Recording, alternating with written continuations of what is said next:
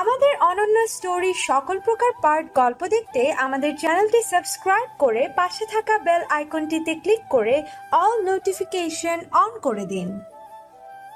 বড় মা, আমি আসছি। হীরের ডাক নাজমা বেগমের কান অব্দি পৌঁছল কিনা বোঝা গেল না। হীর দাঁড়ালো না।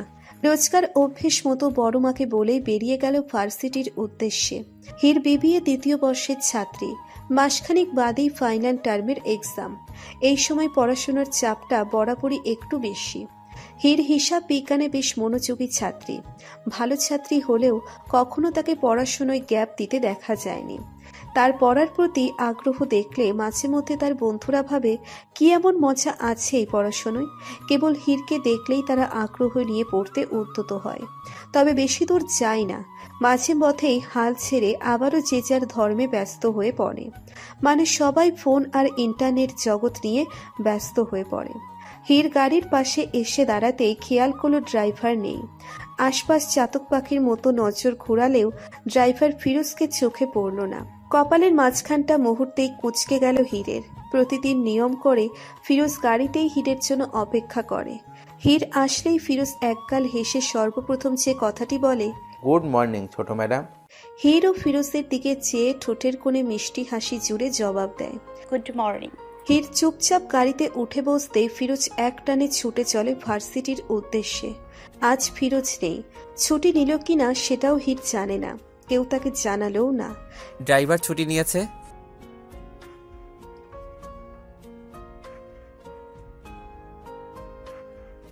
কখন নিল? আজ ভোরেই। তার বউয়ের বাচ্চা হয়েছে নাকি, সেখানেই ছুটেছে। হীর নিঃশব্দে নিঃশ্বাস ফেলে ছোট্ট করে বলল, ওকে। কথাটা বলে হীর হাঁটা ধরতেই শাবাব বলে উঠল, কোথায় যাচ্ছিস? ভার্সিটি যাবি না? হীর না সূচক মাথা নেড়ে বলল, আমার কাছে গাড়ির লাইসেন্স নেই। গাড়ি নিয়ে বের হলে প্রবলেমে পড়তে হবে। শাবাব অবাক হওয়ার চেষ্টা করে বলল, ড্রাইভ করতে জানিস? জানি। হীরের উত্তরে শাবাব যেন আকাশ থেকে পড়ল। কিছুক্ষণ হাঁ করে তাকিয়ে থেকে বিস্মিত কণ্ঠে বলল, সিরিয়াসলি? হীর জবাব দিল না। শাবাব এমন রিয়াকশন দিচ্ছে যেন হীর তার সাথে মজা করছে। হীরের রাগ লাগলো, কেননা সে একদমই মজা করছে না। আর মজা করার জন্য মানুষেরও কি অভাব হলো যে শাবাবের সাথেই মজা করতে হবে? শাবাব খেয়াল করলো হীরের কপাল কুঞ্চিত আছে। হীর কি বিরক্ত হচ্ছে? চল, আজ আমি তোকে ভার্সিটি ছেড়ে দিয়ে আসছি। হীর শান্ত কণ্ঠে জবাব দিল, প্রয়োজন নেই। আমার কাছে লাইসেন্স আছে, নো প্রবলেম। আমি ভেবেছি আমি আজ যাব না। ভার্সিটি যাওয়ার জন্য ফুল গেটআপে দাঁড়িয়ে বলছিস যাবি না কেন? আমার সাথে কি ভরসা হচ্ছে না? হীরের ইচ্ছে হলো শাবাবের জবাবে না বলতে। একদমই ভরসা হচ্ছে না বলতে ইচ্ছে করলো, কিন্তু সে বলতে পারল না। যদি সে এমন কিছু বলে বসে তবে কি শাবাব তাকে চড় মারবে, ঠিক কফি শপের মতো? হীরের ভয় হলো। ভয়ে তার চোখ জোড়া কেঁপে উঠল। ঢোক গিলে চুপচাপ এগিয়ে গেল গাড়ির দিকে। গাড়ির পিছনের সিটে বসার উদ্দেশ্যে গাড়ির দরজাটা খুলতে নিলেই হঠাৎ ধমকে উঠল শাবাব। হীর আতকে উঠে লেপটে গেল গাড়ির সাথে। ভয়ার্ত দৃষ্টিতে শাবাবের দিকে আর চোখে তাকাতে নিয়েও পারল না। বুকের ভেতরটা ধকধক করছে হীরের। মনে হচ্ছে এক্ষুনি সে মারা যাবে। ছোট্ট প্রাণটা বেরিয়ে আসার জন্য যেন ছটফট করছে। চোখ দুটো বন্ধ করে নিয়ে নিঃশ্বাস আটকে ধরল হীর। শাবাব তাকে ধমক কেন দিল জানে না সে? নির্ভয় কি জিজ্ঞেস করবে সে? নাকি জিজ্ঞেস করতে নিলেও শাবাব তাকে চড় মারবে? আমাকে দেখি কি তোর ড্রাইভার মনে হয়? পেছনের সিটে বসছিস কেন? খুব দ্রুত চোখ খুলে তাকালো হীর। আবারও এক দফা বিরক্ত হলো সে। শাবাবের উপর নয়, নিজের উপর। এখানে খুবই সামান্য এক ব্যাপার হলো, আর সে কিনা কতদূর অবধি ভেবে ফেলল। হীর নিঃশ্বাস ছেড়ে নিঃশব্দে সামনের সিটে গিয়ে উঠে বসল। শাবাব হীরের যাওয়ার পথে তাকিয়ে মুচকি হাসল। হীর সাদা রঙের চুড়িদার পরেছে আজ। সাদার উপর গোল্ডেন পাথরের কাজ করা। গলায় ছোট্ট একটা লকেট, কপালের মাঝখানে পাথরের ছোট্ট একটা টিপ। এইটুকুতেই অসাধারণ লাগছে হীরকে। শাবাব আবারও হাসল। ডান হাতটা তুলে মাথা চুলকে এগিয়ে গেল গাড়ির দিকে। গাড়ির দরজা খুলে ড্রাইভিং সিটে বসতে বসতে তার চোখে পড়ল হীরের কানে ঝুলে থাকা ছোট্ট পাথরের ইয়াররিংটা। সূর্যের আলো গাড়ির কাঁচ ভেদ করে ভেতরে পড়তেই বারবার চিকচিক করে উঠছে পাথরগুলো। এর গাড়ির সিট বেল্ট বাঁধতে নিলেই চিকচিক করা ভাবটা কেটে গেল। কেননা হীর সামনের দিকে ঝুঁকতেই তার পেছনের চুল সব একসাথে আছড়ে পড়ল সামনে, যাতে করে হীরের কান, গাল, গলা সবই ঢেকে গেল। আর সূর্যের আলো সব চুলের উপর পড়ল। ঢেকে গেল পাথরের ইয়াররিং জোড়া আর জামার উপর গোল্ডেন পাথরের করা কাজগুলো। শাবাব হীরকে মুগ্ধ নয়নে আরো কিছুক্ষণ দেখে গাড়ি স্টার্ট দিল। গাড়ি চলছে নিচু গতিতে। ভেতরে দুজন মানুষই চুপচাপ বসে আছে। শাবাব হীরের ভার্সিটির লোকেশন দেখছে ম্যাপে, আর হীর আর চোখে তাকিয়ে তাকিয়ে শাবাবকে দেখছে। মাথার উপর সূর্যের আলো বারবার গাড়ির কাচ ভেদ করে শাবাবের মুখের উপর পড়ছে। সূর্যের তেজ একদম শূন্য বললেই চলে, তাই শাবাবের কাছে তেমন বিরক্তির হয়ে ওঠেনি এখনো। সূর্যের আলোতে শাবাবের গাল, ঠোঁট আর চোখ দুটো খুব বেশি আকর্ষণীয় হয়ে ফুটে উঠেছে। ফর্সা গাল কিঞ্চিত লাল হয়ে উঠেছে শাবাবের। তার আকর্ষণীয় দৃষ্টি সামনের দিকে স্থির। কপালটা বারবার কুঁচকে গিয়ে আবারও সমান হয়ে যাচ্ছে। শাবাব না তাকিয়েও বেশ বুঝতে পারল হীর তাকে দেখছে, তাই হীরকে লজ্জা দেওয়ার পরিকল্পনা নিয়ে হীরের উদ্দেশ্যে বলে উঠল, কেমন দেখলি আমায়? হ্যান্ডসাম লাগছে তো? শাবাবের কথায় বিষম লেগে গেল হীরের। কাশি উঠতেই মুখে হাত চেপে বাইরের দিকে দৃষ্টি নিক্ষেপ করল হীর। শাবাব মনে মনে হেসে উঠল। ভাবল, ইস, লজ্জাবতীকে এভাবে লজ্জা না দিলেও হতো। ভার্সিটির সামনে গাড়ি পার্ক করলো শাবাব। হীর গাড়ি দরজা খুলে বের হতে নিলেই শাবাব বলে উঠল। ক্লাস কখন শেষ হবে? হীর ঘাড় ফিরিয়ে একবার তাকালো শাবাবের দিকে। ক্লাস কখন শেষ হবে তা জেনে তোমার কি? কথাটা মনে মনে বলতে পারলেও সরাসরি জিজ্ঞেস করতে পারল না হীর। ছোট্ট করে জবাব দিল, 2টায়। সবার ঠোঁটের উপর ঠোঁট চেপে শাবাব ঠোঁটের উপর ঠোঁট চেপে ধরে ঘাড় কাত করলো। হীর আর বসলো না। দরজা খুলে বের হয়ে ভার্সিটির ভেতর চলে গেল। শাবাব হীরের যাওয়ার পানে তাকিয়ে ছোট্ট করে নিঃশ্বাস ছেড়ে মনে মনে বলল, শত্রুরা 24 ঘন্টায় ওত পেতে থাকে হীর পাখি। আমি তোমায় 1 সেকেন্ডও চোখের আড়াল করতে পারবো না। শাবাব গাড়ি ঘুরিয়ে পার্কিংয়ে রেখে সেও চলে গেল ভার্সিটির ভেতর। হীর ততক্ষণে ভার্সিটির মাঠে এসে ফ্রেন্ডদের সাথে বসে পড়ল। হীরকে দেখতেই সবাই আলগা করে জড়িয়ে ধরল একবার। ভালো মন্দ জিজ্ঞেস করতেই হঠাৎই প্রশ্ন তুলল এশা। গতকালকের ঘটনায় আমার রাতের ঘুম হারাম হয়ে গেছিল জানিস? আমি সারা রাত শুধু নিউজগুলো ঘুরিয়ে ফিরিয়ে দেখছি। আল্লাহ রক্ষা করেছিল, আর নয়তো ওই মানুষগুলোর মতোই আমরাও কয়লা হয়ে যেতাম। মিলি এশার কথার রেশ টেনে বলল, আচ্ছা আমায় একটা কথা বলো তো, যে লোকটা এসে হীরকে চড় মেরেছিল উনি কি আগে থেকে এই ঘটনার ব্যাপারে জানতেন? উনি কি কোনোভাবে হীরকে বাঁচাতেই এমন কাজ করেছিলেন?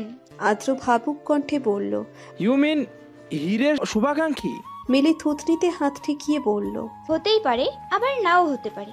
কারণ তোরা ভাব, ওনার যদি হীরকে বাঁচানোর উদ্দেশ্য থাকতো তবে সে হীরকে সুন্দর করে বুঝিয়ে ওখান থেকে চলে যেতে বলতে পারতো। এভাবে চড় মারার কি ছিল?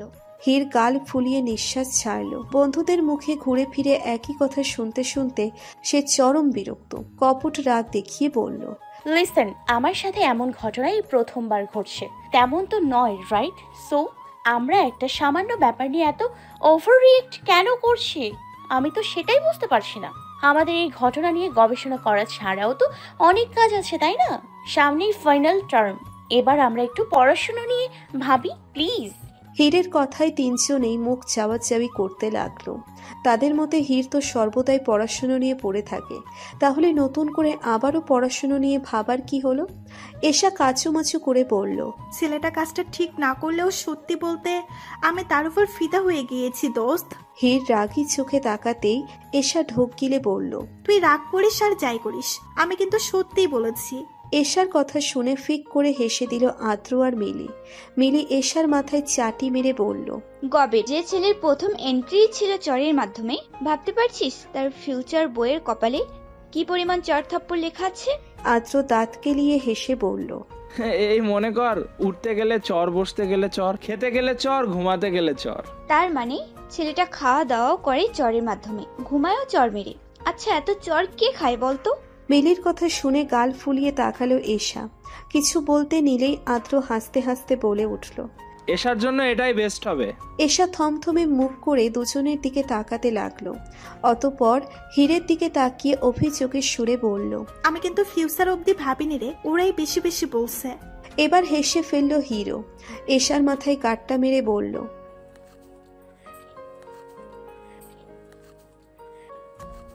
ও হা করে হেসে উঠল মিলি আর আদ্র। হিরও হাসছে মুচকি মুচকি। এশা গাল ফুলিয়ে সবার দিকে দৃষ্টিপাত করছে ঘুরিয়ে ফিরিয়ে। চোখ পিটপিট করে কিছু বলতে নিলেই এশার চোখ জোড়া ডিম্বাকৃতির আকার নিল। অবাকের শীর্ষে পৌঁছেই মিলির হাতটা শক্ত করে চেপে ধরল এশা। বিস্ময় আর উত্তেজনা কোনোটাই আটকে রাখা সম্ভব হলো না তার জন্য। এশার রিয়াকশন দেখে বাকিরাও হতভম্ব হয়ে তাকালো। হীর এশার দৃষ্টি অনুসরণ করে তাকাতেই শাবাবকে দেখতে পেল। হীরের হাসি মুখটা চুপসে গেল তৎক্ষণাৎ। আদ্র আর মিলিরও একই অবস্থা, তবে তাদের হলো বিস্ময়ে। তাদের ভাবনা মতে এই ছেলে এখানে কি করে এলো? আজও কি হীরকে চড় মারার উদ্দেশ্য আছে নাকি তার? তবে হীরের এখানেও বিপদ আছে। শাবাব তাদের কাছাকাছি আসতেই দাঁড়িয়ে গেল চারজনে। হীর চুপচাপ দাঁড়িয়ে থাকলেও এশা নিজের বিস্ময় আর চেপে রাখতে পারল না। বড় বড় চোখ করে বিস্মিত কণ্ঠে বলে উঠল, মিস্টার বিদেশি। মিলি পাশ থেকে এশাকে খোঁচা মারতেই এশা হুঁশে ফিরল। আদ্র কপাল কুঁচকে তাকিয়ে আছে শাবাবের দিকে। সে পূর্ব প্রস্তুতি নিচ্ছে, যেন গতকালকের ঘটনাটা যেন আবারও পুনরাবৃত্তি না হয়।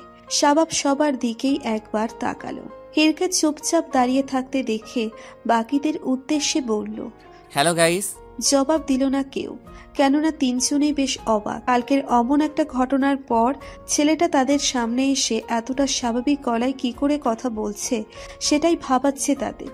সবাইকে চুপ থাকতে দেখে শাবাব ঠোঁটের কোণে হাসির রেখা টানল। আদ্রর দিকে হাত বাড়িয়ে বলল, আদ্র রাইট? আদ্র বিস্মিত কণ্ঠে বলল, জি। আদ্রর সাথে হ্যান্ডশেক করে শাবাব এশা আর মিলির দিকে তাকিয়ে বলল, এশা অ্যান্ড মিলি কেমন আছো? এই মিলি দেখ, উনি আমার নামও জানে। এশা চোখ দুটো রসগোল্লার মতো পাকিয়ে বলল। এশা কথাটা বেশ জোরে সোরে বলে উঠতেই হেসে ফেলল শাবাব। আর চোখে হীরের দিকে তাকাতেই হীর বাকিদের উদ্দেশ্যে বলল, উনি শাবাব ভাই, আমার বাবাইয়ের ছেলে। চিনিস তো তোরা? আমেরিকায় থাকতো, বলেছিলাম তোদের। আদ্র হঠাৎ চমৎকার করে হাসল। পুনরায় শাবাবের সাথে হাত মিলিয়ে বলল, শাবাব ভাই সানিয়া আপুর যমজ ভাই, তাই না? শাবাব মৃদু হেসে বলল। হুম। শাবাবের পরিচয় জেনে এবার মিলি আর এশাও স্বাভাবিক হলো। বেশ হেসে খেলে কথা বলতে লাগলো শাবাবের সাথে। হীরের মনে হলো শাবাবের সাথে তাদের বেশ জমেছে, তাই তাকে এখানে না থাকলেও চলবে। হীর তাদের অহেতুক হাসি মজাকে পাত্তা না দিয়ে উঠে দাঁড়ালো। ক্লাসের উদ্দেশ্যে হাঁটা ধরে বলল, ফার্স্ট ক্লাস আর 10 মিনিট বাদেই শুরু হবে। তোর আয়, আমি গেলাম। হীরকে হাঁটা ধরতে দেখেই আর চোখে তাকালো শাবাব। বাকি তিনজন লাফিয়ে উঠল হঠাৎই। শাবাবকে ইশারায় বিদায় জানিয়ে হীরের পেছন পেছন পা চালাতেই থমকে গেল সবাই। সামনে থেকে তাদেরও আগে থমকে গেল হীর। হীরের সামনে দাঁড়িয়ে আছে কেউ, যাকে দেখলেই হীরের চোখের মাঝে ফুটে উঠল রাগ আর ক্ষোভ। আজ আর তাকে পাশ কাটিয়ে যাবে না হীর। দরকার পড়লে এই জনসম্মুখেই তাকে চড় মেরে তার সামনে থেকে সরাবে, আর সে তার জায়গা থেকেই হেঁটে যাবে। অনেক দিন বাদে দেখা, কেমন আছো হিরেন? হীর ঝলসানো চোখে তাকালো, দাঁতে দাঁত চেপে বলল, রাস্তা ছাড়ুন। হীরের সামনে দাঁড়িয়ে থাকা ব্যক্তিটি এই ভার্সিটিরই প্রাক্তন ছাত্র। মাস্টার্স শেষ করে সবে সবে বেরিয়েছে। লম্বা চওড়া গোলগাল মুখ, গান ভর্তি দাড়ি। দেখে বোঝার উপায় নেই সে কি লেটো দলে গান করে নাকি সাধারণ মানুষের মতো সাধারণ জীবন যাপন করে।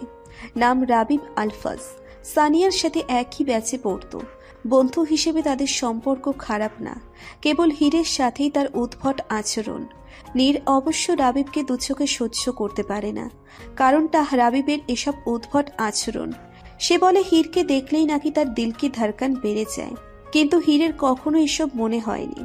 কেননা হীরের নিজের চোখেই দেখা রাবিবের শুধু হীরকে দেখলেই নয়, ভার্সিটিতে এমন অসংখ্য মেয়ে ছিল যাদের দেখলেই রাবিবের দিল কি ধড়কন বেড়ে যেত। মোট কথা, কোনো সুন্দরী মেয়ে দেখলেই রাবিবের হৃদয় ঘটিত সমস্যা বলে দেখা যায়। রাবিবের আর একটা পরিচয় রয়েছে, সানিয়ার হবু স্বামী নেহাল আলফাজের ছোট ভাই রাবিব। তাই সম্মানের খাতিরেই হীর চুপ করে যায় বারবার। তবে আজ হয়তো হীর আর চুপ থাকবে না। রাবিবকে আজ এমন কিছু শিক্ষা দিতে হবে যেন সে আর কখনো কোনো মেয়ের সামনে গিয়ে নির্লজ্জের মতো আচরণ করতে না পারে। রাবিব হীরের রাগকে উপেক্ষা করেই ঠোঁট বাঁকিয়ে হাসল, হাত তুলে দাড়ি চুলকে বলল, রাগলে তোমায় কতটা কিউট অ্যান্ড হট, তোমার কিউটনেস কতটা গোলো করে তুমি ভাবতেও পারবে না হিরেন। রাবিবের কথা বাকিদের কানে না পৌঁছলেও তারা ঠিকই আন্দাজ করতে পারছে রাবিবের আচরণ। আদ্র হাত দুটো মুষ্টিবদ্ধ করে রাগে ফুঁসে উঠে বলল, শালা রে, রাবিবকে যদি কখনো সুযোগ হয় এমন কেন খেলাবো না, ওর মেয়েদের সাথে ফ্লার্টিং করার স্বভাব জন্মের মতো ঘুচে যাবে। মিলি আর এসব ফেটে পড়ল রাগে।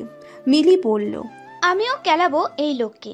কখনো সামনে থেকে কিছু বলতে পারি না, জাস্ট বিকজ অফ সিনিয়র বলে। এশা কপাল কুঁচকে বলল, তবে এবার ঠিক ওকে কেলানোর একটা প্ল্যানিং করে ফেলবো, কেননা ব্যাটার আমাদের ভার্সিটির সিনিয়র নয়, এখন হলো প্রাক্তন। সামনে থেকে হীর ফুঁসে উঠল রাগে।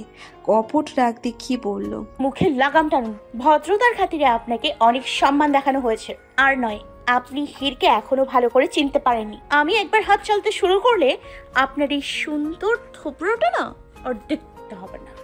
রাবিব হা হুতাশ করে উঠল। বুকে হাত চেপে চাপা স্বরে বলল, হাই, সুন্দরী মেয়েদের থেকে এমন হুমকি ধামকি শুনলে তো কলিজাটা লক করে যায় পাখি। হীর প্রচণ্ড রেগে গেল। রাগে তার হাত জোড়া কাঁপছে। এই এক সমস্যা তার, অতিরিক্ত রাগে হয় কান্না পাবে আর নয়তো হাত জোড়া কাঁচতে থাকবে। তাই কখনো কিছু চাইলেও পিছিয়ে আসতে হয় তাকে। তবে আজ রাগটা মাত্রা ছাড়ালো। হাত জোড়া যতই কাঁপুক, আজ সে পিছনে হাঁটবে না। রাবিবের অসভ্যতামির মাত্রা দিন দিন ছাড়িয়ে যাচ্ছে। তাকে একটা উচিত শিক্ষা দিতেই হবে। সুন্দরী মেয়েদের হাতে রামচড় খেলে কি হয় জানেন তো? ঠিক সুন্দরী মেয়েদের ফেসের মতো কিউটনেস গুলো করে। ইউ উড লাইক রাই। রাবিবের চেহারা ভরকে গেল। হীর তাকে ইনডিরেক্টলি চর মারার কথা বলছে বুঝতেই ভরকানো চেহারা নিয়েই হাসলো। টেনে নিঃশ্বাস নিয়ে বলল, অবভিয়াসলি হীর যখন বলেছে তখন আমি সরাসরি প্র্যাকটিস করতে রাজি। এই যেমন তোমার ভালোবাসা পেতে বারবার বেহায়া হতে রাজি, ঠিক তেমনি চড় খেতেও রাজি। কথাগুলো বলতে বলতে হীরের দিকে খানিক ঝুঁকে এলো রাবিব। গাল বাড়িয়ে দিয়ে বলল, ইউ শুড ট্রাই। হীর রক্তিম চোখে তাকালো। তার অসহ্য রকমের ঘৃণা হচ্ছে রাবিবের উপর। নিজের উপর থেকে নিয়ন্ত্রণ হারাচ্ছে সে। ইচ্ছে করছে রাবিবকে মেরে ফেলতে। রাগে তার সারা শরীর জ্বলে যাচ্ছে। রাবিব যেহেতু গালটা এগিয়েই দিল, সেহেতু তাকে চর মারার সুযোগটা সে কি করে হাতছাড়া করে। হীর প্রস্তুতি নিল রাবিবকে চর মারার, আর অমনি প্রচন্ড শব্দে কেঁপে উঠল ক্যাম্পাস। কেঁপে উঠল হীরও, সেই সাথে তার বাকি 3 বন্ধুরাও। আশেপাশের লোকজনের কান সজাগ হতে তারাও চমকে গেল। 2 পাশ থেকে গুঞ্জন ভেসে আসতেই মুখে হাত চেপে সামনের দিকে তাকালো হীর। রাবিব গালে হাত চেপে খ্যাপা দৃষ্টিতে তাকিয়ে আছে কারোর দিকে। হীর পাশে খেয়াল করতেই দেখলো বেশ স্বাভাবিক ভঙ্গিতে দাঁড়িয়ে আছে শাবাব। তার হাব ভাবে হীরের মনে হলো এই মানুষটা সবে সবে পৃথিবীর বুকে পা রেখেছে। চারপাশের পরিবেশ বা পরিস্থিতি কোনোটাই তার মস্তিষ্ককে আঘাত করতে পারেনি। সবটাই তার অজানা। হেই! রাগে দাঁত কিরমিরিয়ে চেঁচিয়ে উঠল রাবিব। তার গালটা জ্বলছে খুব করুণ ভাবে। এত জোরে কেউ মারে? পেছন থেকে চোখ রসগোল্লা পাকিয়ে তাকিয়ে আছে আদ্র, এশার, মিলি। হঠাৎই ইয়েস বলে চেঁচিয়ে উঠল এশা। সামনে থেকে রাবিব চোখ পাকিয়ে এশার দিকে তাকাতেই সজোরে আবারও এক শব্দে কেঁপে উঠল চারিপাশ। রাবিব তার অন্য গালেও হাত চেপে পিছিয়ে গেল কয়েক পা। পেছন থেকে খুশিতে লাফিয়ে উঠল এশা আর মিলি। আদ্র মনে মনে হাসতে লাগলো। হীর এখনো মূর্তির মতো দাঁড়িয়ে আছে। কি হচ্ছে সবটাই তার মাথার এক হাত উপর থেকে যাচ্ছে। শাবাব মৃদু হাসল। কদম ফেলে রাবিবের দিকে এগিয়ে দিয়ে তার কলার টেনে সোজা করে দাঁড় করালো। এশা, মিলি আর আদ্র টান টান উত্তেজনা নিয়ে তাকিয়ে আছে শাবাবের দিকে। এখন কি শাবাব রাবিবের নাক বরাবর ঘুষি মারবে, নাকি ল্যাংবিরে নিচে ফেলে ইচ্ছে মতো কেলাবে? তাদের ভাবনা মোতাবেক শাবাব কোনোটাই করল না। রাবিবের কলার টেনে ঠিক করায় এখন তার মুখ্য উদ্দেশ্য বলে সে বোঝাচ্ছে। রাবিব ছিটকে পড়ল তার কাছ থেকে। রাগে ফুঁসতে ফুঁসতে চারপাশে তাকিয়ে নিজের ঠিক কতটা সম্মান খোয়া গেল তারই পরিমাপ করছে। রাবিবের কঠিন দৃষ্টিকে ভয় পেয়ে অনেক স্টুডেন্টই কেটে পড়ল, কিন্তু বেশিরভাগ স্টুডেন্টই দাঁড়িয়ে রইল। তারা সাধারণ জনগণ হয়ে বিনা টাকায় সিনেমা দেখছে, বেশ মজা পাচ্ছে। সেই সাথে যারা এখনো সম্পূর্ণ ব্যাপারটা মগজে ধারণ করতে পারেনি তাদেরকেও বুঝিয়ে মজা দিচ্ছে। আবার কেউ কেউ তো ক্যামেরা বন্দি করছে এমন অসাধারণ দৃশ্য। রাবিব ব্যাপারগুলো মেনে নিতে পারল না যেন। রাগে অপমানে তার চোখ জোড়া লাল হয়ে উঠল। শাবাবের দিকে তাকিয়ে পাল্টা প্রতিশোধ নেওয়ার জন্য প্রস্তুতি নিতেই হেসে উঠল শাবাব। রাবিবের কাঁধ চাপড়ে পড়ল। এখনো চিনতে পারিসনি, ইডিয়েট। রাবিবের রাগান্বিত অবস্থাতেই কপালের মাঝখানে ফুটে উঠল চিন্তার ভাঁজ। ভ্রু কুচকে কিছুক্ষণ চেয়ে থেকে কিছু বলতে নিলেই আবারও শাবাব বলে উঠল, কি আরেকটা চর খাওয়ার পর মনে পড়বে নাকি? একই বিস্ময়ে ফেটে পড়ল বাকিরাও। হীর মুখ থেকে হাত নামিয়ে তীক্ষ্ণ দৃষ্টিতে তাকালো দুজনের দিকে। শাবাব রাবিবকে কি মনে করার কথা বলছে। পেছন থেকে মিলি আদ্রকে খোঁচা মেরে বলল,